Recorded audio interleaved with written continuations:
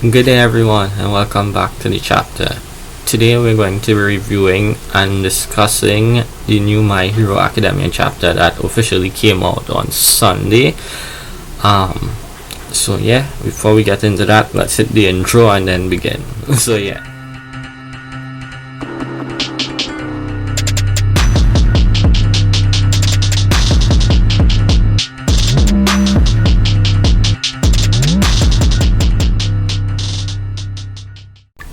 Alright, so now that we're back, let's begin. But before we start, I'll just throw this up there, like a little 5-second spoiler warning. I'll throw a spoiler tag, like right here, yeah, about here. So yeah,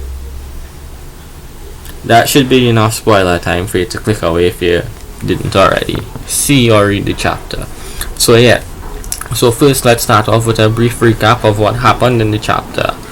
So in this chapter, it starts off with Redestro.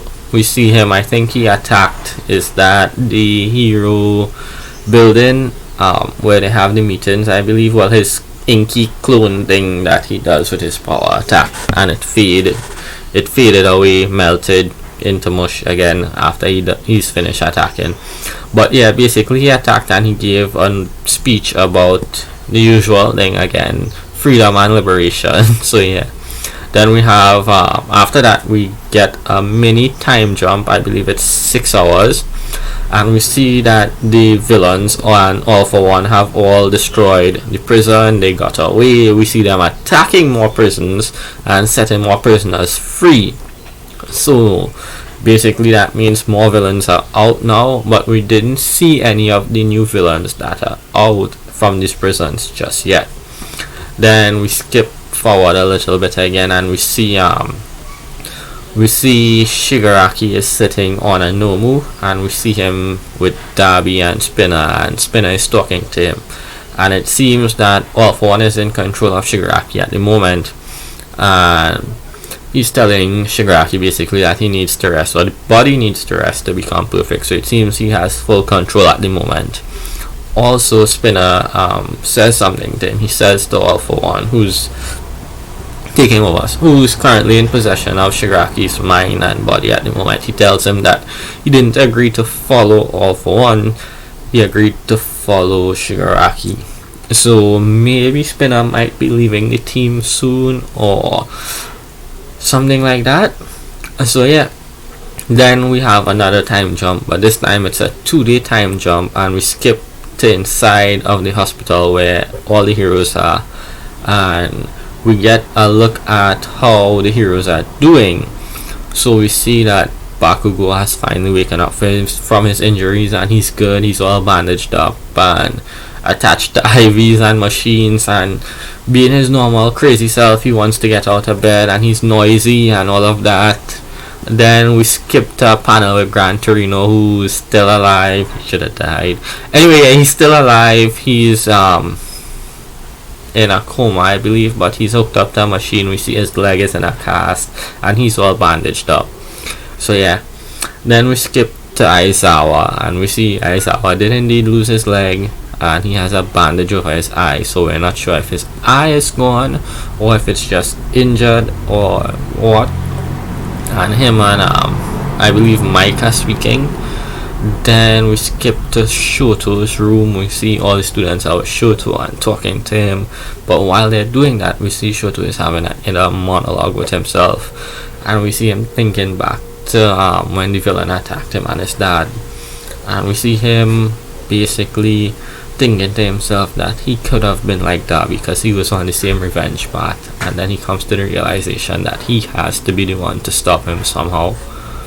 So yeah, so I guess that's foreshadowing or set up for their battle later on, because he also admits that his flames were weaker, so maybe that means he's going to have to depend more on his ice powers in this battle.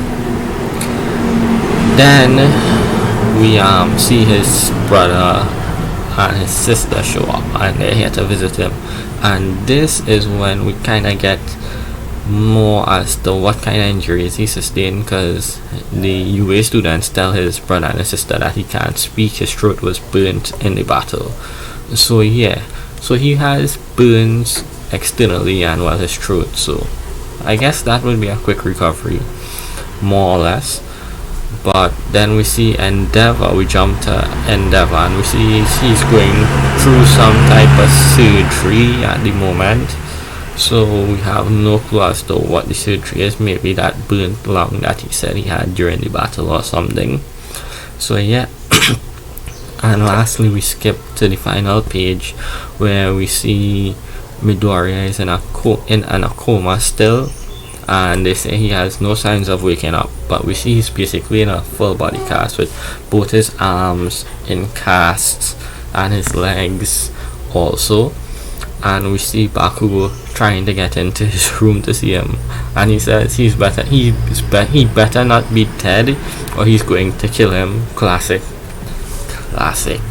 But yeah, so we see that. So yeah, so that will be the end of the chapter there. So yeah, that's the end of the recap. Now I'll give a review. So my review for this is, I think that this is the conclusion to that war and the aftermath, because I don't see them stretching this war out any longer. Because I mean, 2 days has passed, the villains are free again. Well, at least All For One is free. So I see this being the end of that arc, and the next act, I don't know where they may take it, but I'm guessing it'll be some kind of training arc or leaving Japan if the villains do take over. So yeah, but all in all, this was a good chapter. I mean, it has some down parts. I mean, Gran Torino could have kicked me bucket, because I mean, he was seriously injured. I needed him to die. But yeah, but other than that, I feel like next chapter we would see a little more as to what's going on. But I would give this chapter like a 4 out of 5. It was a good conclusion and aftermath chapter for what took place. So yeah, now I'll jump into my discussion. So yeah, all in all, I think that this, like I said, is the end of this arc. I believe that next chapter we're going to get some kind of reveal, maybe something on Deku in the Vestige world, speaking to the other users of One for All for One, One for All for no One for All, yeah, One for All. I'm not going to edit that out, but yeah, I think we'll see something with regards to him speaking, maybe unlocking some new power. I believe that maybe we might get some type of press conference with the heroes, and we may get a new top 10, or we may have Endeavor stepping down soon. But honestly, I don't know where exactly we could go from here directly. So the transition would be interesting to see how they do it and where they take it from here next.